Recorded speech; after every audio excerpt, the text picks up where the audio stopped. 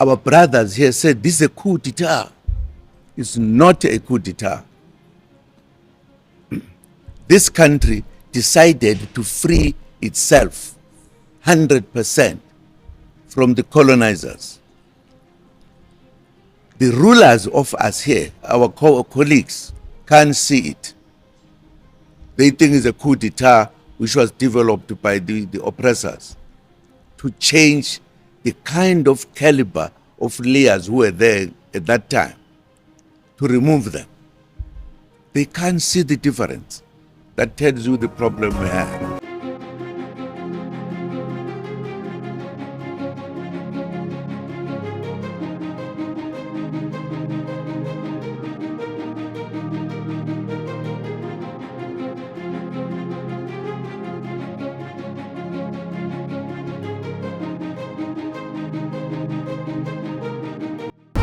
Discussion was about this continent, Africa. As you know, Africa was colonized many centuries and oppressed, and every other thing was done by people who came here. Africans decided to say, let us now be free. And we went through that kind of situation and succeeded to have Africa, as they would say, being freed. But those who had colonized us, it was just a bit that they say, we can do this. They continued, in a sense, indirectly, to take everything in Africa they found, to claim that this belongs to them. And they still do it today. Even that freedom that we are talking about got watered down by the manner in which the relations between Africa and the colonizers were. Because colonizers still believe it was their own. And therefore, even having said, we are now free, but the misery, the problems that we still face are the same. And therefore, we as Africans have to discuss that matter and correct the wrongs. I think this country is a glaring example, this country, wherein those who oppressed them wanted to continue to do so. What was good with the leaders here, they said, not now. And it was therefore important to discuss with the president here. What can we do to ensure that this process that has been taken begins again in Africa to finally liberate Africa? If you look at what has happened, you will realize that the colonizers, since the time up to now, still believe that Africa belongs to them. And what we are discussing is, no, that time must end. We should run our own affairs. It's absolutely important. We can't even say we'll talk on this under the carpet. No, it's just facts. We discuss things related to what I've just talked about, and as you know, I can't give you all the details because we were discussing as Africans, and we are not necessarily saying we want to tell the world what is happening. We want to say, we who think alike now, what can we do to help Africans to be finally free? That's what we talk about, and I'm very happy to have met my brother here, because I think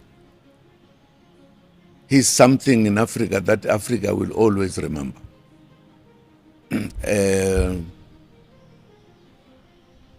of course, since we've met, it is possible that we'll meet again and meet again and meet again, because we need to quicken, make Africa be what it is supposed to be. Just one small point to make. And I hope Africans will listen to this small point very well. This country decided to free itself finally, not under the yoke of the colonizers, to show that we still have a serious problem.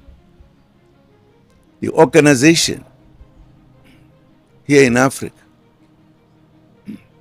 put that under the area of them committing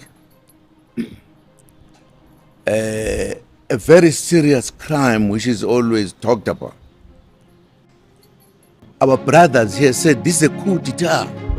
It's not a coup d'etat. When Jacob Zuma, this country Captain decided Ibrahim Traoré, to free it wasn't itself just a meeting.